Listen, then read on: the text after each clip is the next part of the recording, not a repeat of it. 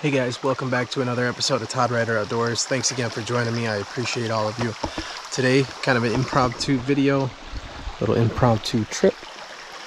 We are at a place called Baxter's Hollow. This is Otter Creek, so not exactly Baxter's Hollow. I got some shit on the lens here. So anyways, this is Otter Creek, really cool little spot in south central Wisconsin. Really quiet, peaceful little place. I made the decision to jump in the water to get to this spot.